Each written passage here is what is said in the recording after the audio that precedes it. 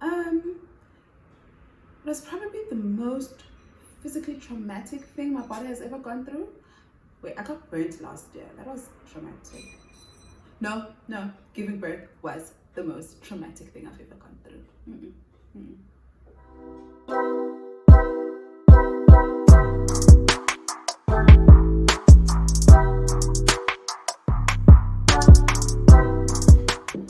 Hi guys, welcome back to my channel, and if you're new, welcome. Thank you so much for your support.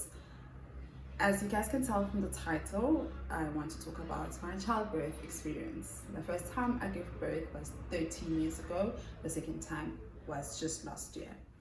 So obviously I'll start with the first time.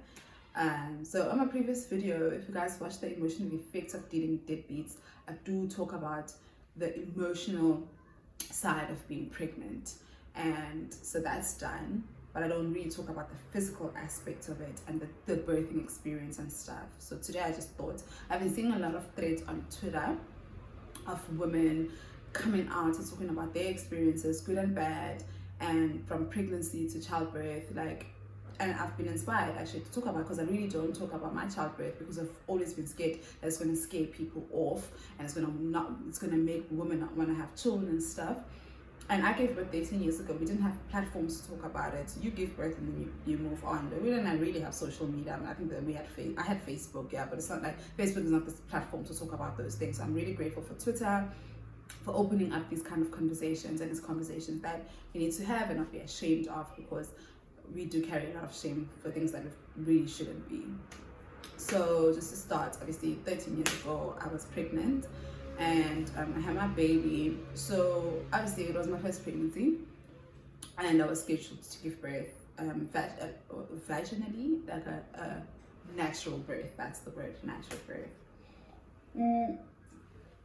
So I went to my appointment, and I was given my estimated due date was either the 29th of September or the 1st of October. So, and it was quite accurate, because around the 29th, so on the 27th, I went into labor. I started going into labor. It was a Friday, I remember. I went to labor on a Friday. Oh, Jesus. That experience. It feels like it happened just yesterday. I went to labor on a Friday. I went to the hospital and I stayed overnight, and they just felt like I wasn't dilated and it wasn't time. They did acknowledge that I was in pain, so they gave me painkillers, like strong stuff, but they did say that it wasn't time, so they were sent back. So I continued with the labor throughout the whole weekend. Saturday, Sunday, I was in excruciating pain. Like, labor is no bab and place. Like, that pain it's like I don't even know how to describe it, but it's like basically your top half and your bottom half. It's like it just wants to separate and just, I don't want to talk about it. Like, I mean, I'm here to talk about it, but like, damn, labor is painful. So I went through that for 3 days, and Monday came, and I just couldn't do it anymore. I couldn't make a Zella anymore. I was just like, I need to go to the hospital. So my mom took me to the hospital. Got to the hospital, my doctor was called. So they did that whole thing where, so you get to the hospital, they shave you. I didn't know that I had to be shaved, so they shaved me, and then she gives me I don't know what it's called in English, but in Lesotho it's cut. So it's spade. I know, like Joburg, Gauteng people call it spade. So she gives me like a very cute one, and she puts like warm water in it, and she says I must go to the toilet and basically spade myself. So I'm like, what's the point? They're like, no, so that you just release everything that you have, so that when you're giving birth you don't shit on yourself. So I'm like, oh, okay, cool, that's interesting, I didn't know that. I go to the bathroom, I do all of that, release myself, and I go back to the ward in pain. So the crazy thing is that I was in a lot of pain, and my water had broken. I also was broken. My gosh, you guys, my water had broken, and I was just in pain. But like, I was told that when the baby is ready to come out, you will have the urge to want to push. I didn't get that urge at all, but I was in so much pain, and they will do that. Guys, when you're pregnant, and especially during the last stages of pregnancy and the day you give birth, your body really isn't yours. Like, it's not yours. Like, you're just sitting there and someone just comes 2 fingers up your vagina and another person comes 2 fingers up, and it's so normal for them. I'm just like, the whole time it's just like, like, you're just like, I feel so violated. Your body isn't yours. So they basically came to the 2 fingers thing, and they're just like, oh, you're 5 centimeters, as if I knew what that even meant. Like, I didn't do any research before I went to go give birth. I didn't talk to anyone. The few people I spoke to, but a few friends of mine, 2 friends of mine had given birth before me. They were just like, yeah, it's painful, and you tear, and they're gonna like cut your vagina. It was so scary, like the things that say. So I don't really ask them about the actual process, like talk me through the process. I didn't do that. So I went there, like, even when them shaping me, I was just like, what is this for? Like, everything was so foreign to me. So they keep putting up their fingers, and okay, you're 5 centimeters, you're 7 centimeters. I was just like, what does this all mean? Luckily, my mom is a midwife, so she was there with me throughout the whole thing, so she would explain as we were going. But came a point now where I had been in labor for 4 days by that day, and my water had broke, and the doctors were worried that my child is going to go into de-stress. So basically what that means is that one of us is either going to die, or if we are lucky, or maybe both are going to die, but if we are lucky, I'll survive, and then the child would survive also, but she will be, quote unquote, what they said, a cabbage. I remember the doctor over me saying, she's 18, she's too young to have a child, it's a cabbage. What is she going to do with a cabbage? I was just like, what is a cabbage? Like, what someone explained to me. So my mom explains to me that, no, basically they mean that your child is going to be paralyzed if you continue this process.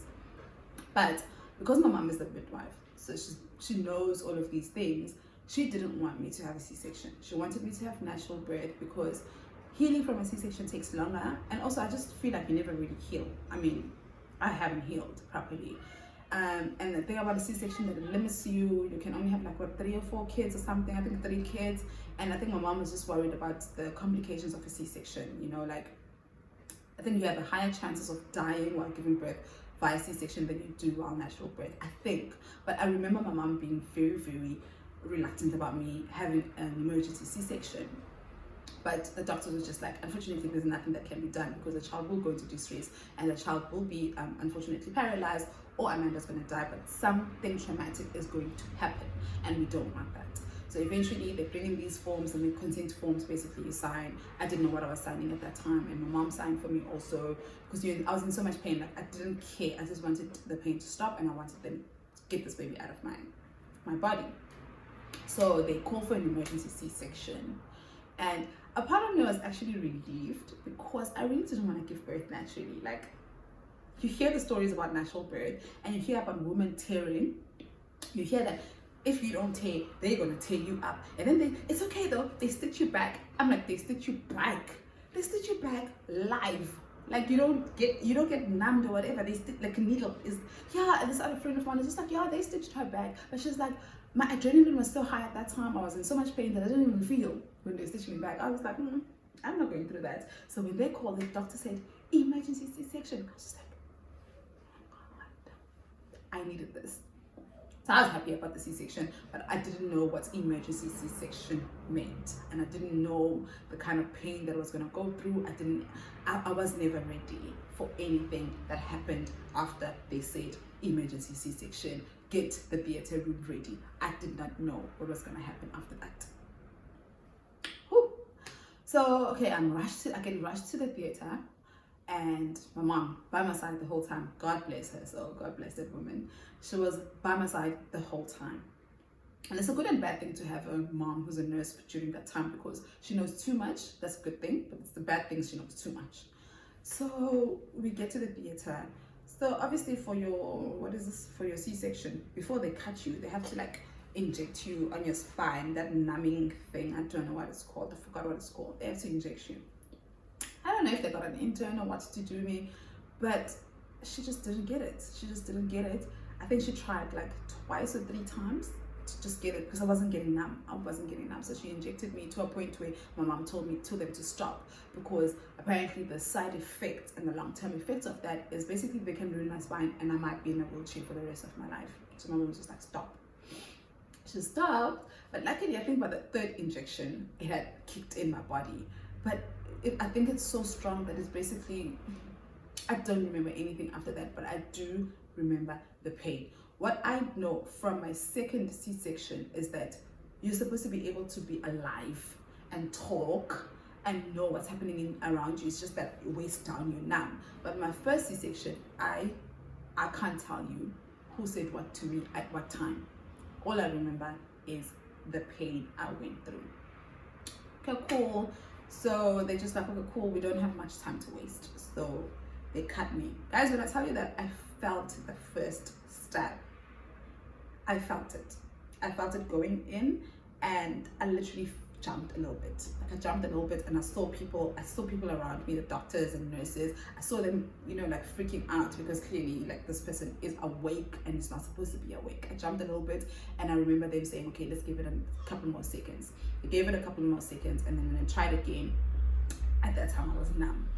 I'm numb, but I'm feeling pain. I'm blacked out, but I'm feeling pain. I can see my mom a little bit. I'm in and out of sleep. I can see my mom a little bit, but like I'm just like dozing off, and I didn't want to doze off. Like I didn't want to doze off because I was just like, I didn't know if I was gonna wake up. So I was, my top half is struggling to stay up. My bottom half is in so much pain, but luckily the anesthetic had kicked in. I think that's the word. So they opened me up, and then the process of taking the baby out is supposed to be smooth. Now that I've had my second baby, I know that the process is supposed to be smooth. But to me, that was normal because obviously it was my first pregnancy. I did not know better. It was my first time giving birth. I did not know better. Guys, when they tried to take out the baby, it felt as if she was stuck. These flies. I felt like she was stuck. And I felt dried out. Like I don't know how to explain it, but it just felt like she was stuck. So they tried to take her out, and it's just nothing's coming out. Eventually, all I remember hearing was like a sound that got went. I think that was when my baby was coming out. Or I don't know if she was stuck on me. I don't know what was happening. I wish I could have someone who can explain to me what happened that day, because no one explained to me. Also, when the child is here, who cares to explain what happened in the theater room, you know? No one explained that part to me. And they basically took her out, and then they quickly stitched me back, and I fell asleep. I went off. I think for me, maybe my adrenaline was going, because I remember fighting to sleep. I remember fighting to doze off. I think my adrenaline fought enough for me to at least give birth. Then after that, it was lights out. It was lights out, and I woke up the following day.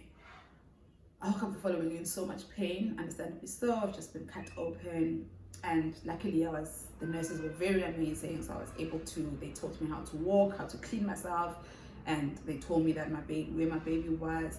But that experience for the first few days, I think, made me kind of like resent the experience a bit, because I didn't want to go see her at the nursery. I didn't want any of those things. Like I just wanted to sleep, and I just wanted to rest, and I didn't want to remember what happened, because I didn't want to remember that pain. It was a lot of pain, and I just wanted nothing to do with it, you know. So I didn't even go see my child in the morning, and they asked if they should bring my child to me. I said no. And then I said, where's my mother?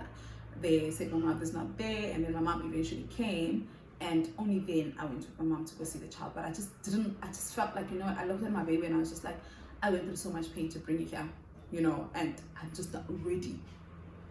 But as soon as my mom got there, I went to go see her, and I was just like, that's my baby. Like I forgot that I was actually holding on to these bad, sour feelings, and I was so excited to see her.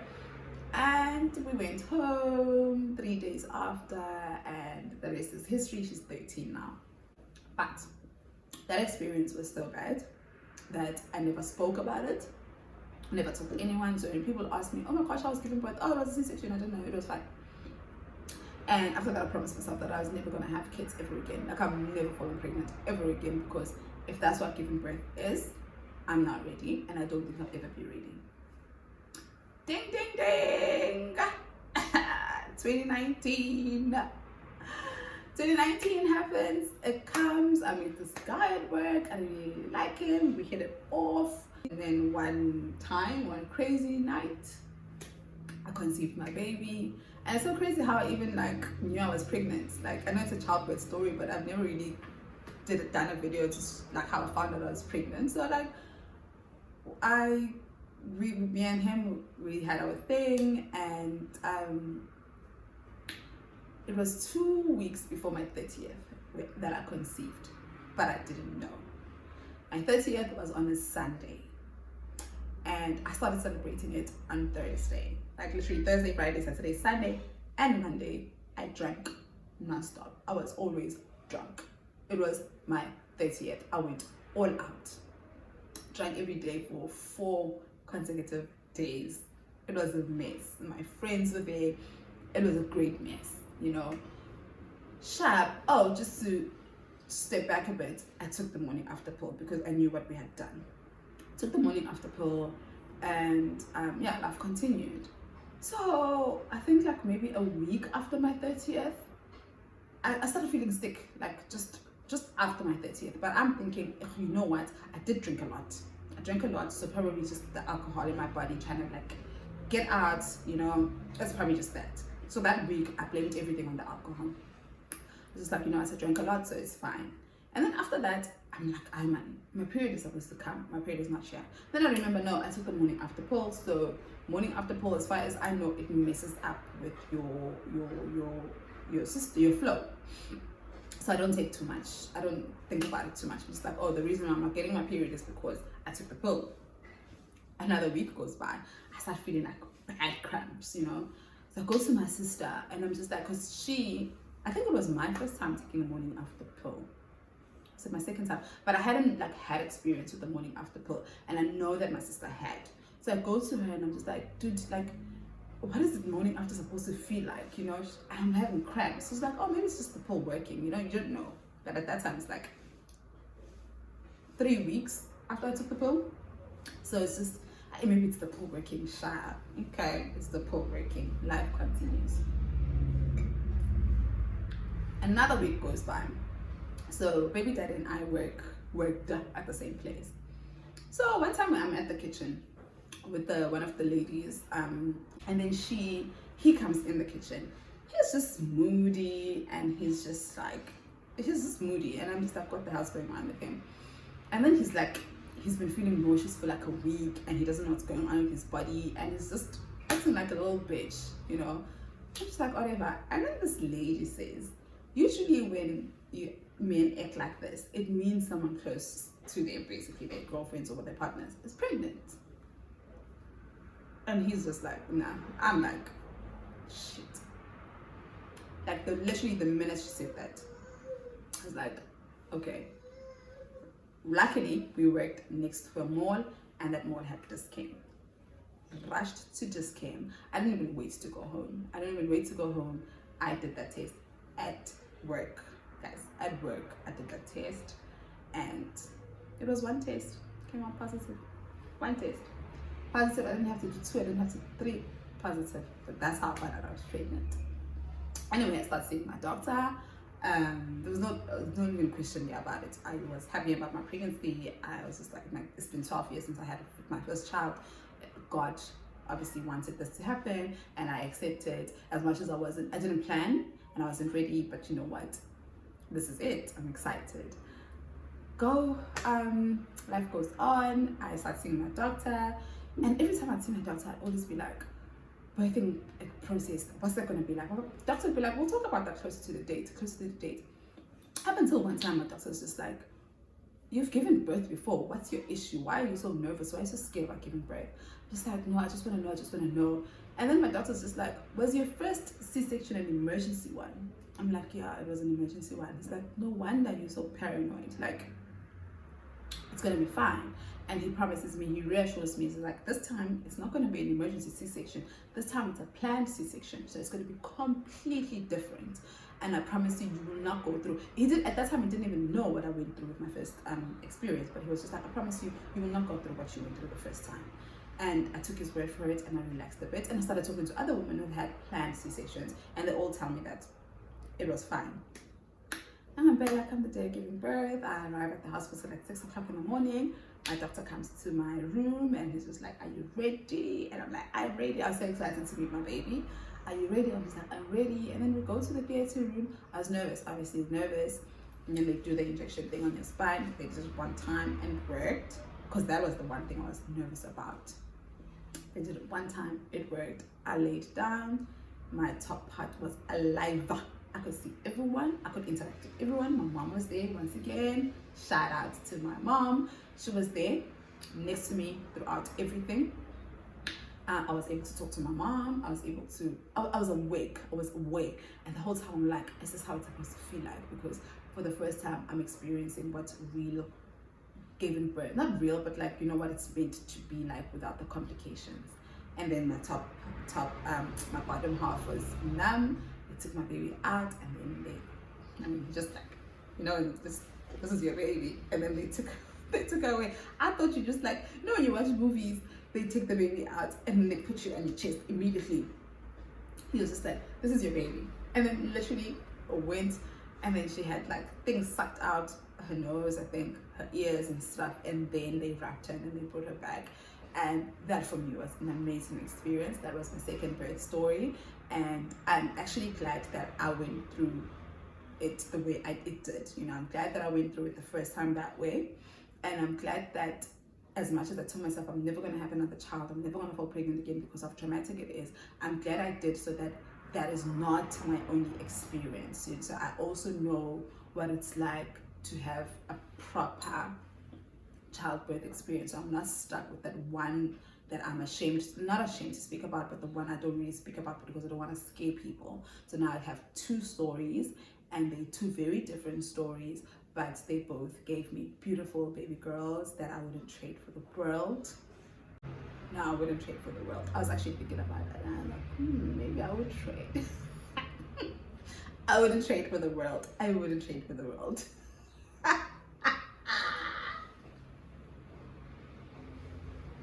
I wouldn't trade for the world. Yeah, no, I wouldn't, guys. I'm not a bad mom. I wouldn't trade for the world. And I'm glad I went through the both different situations, and I'm here now, and I'm never going through it again.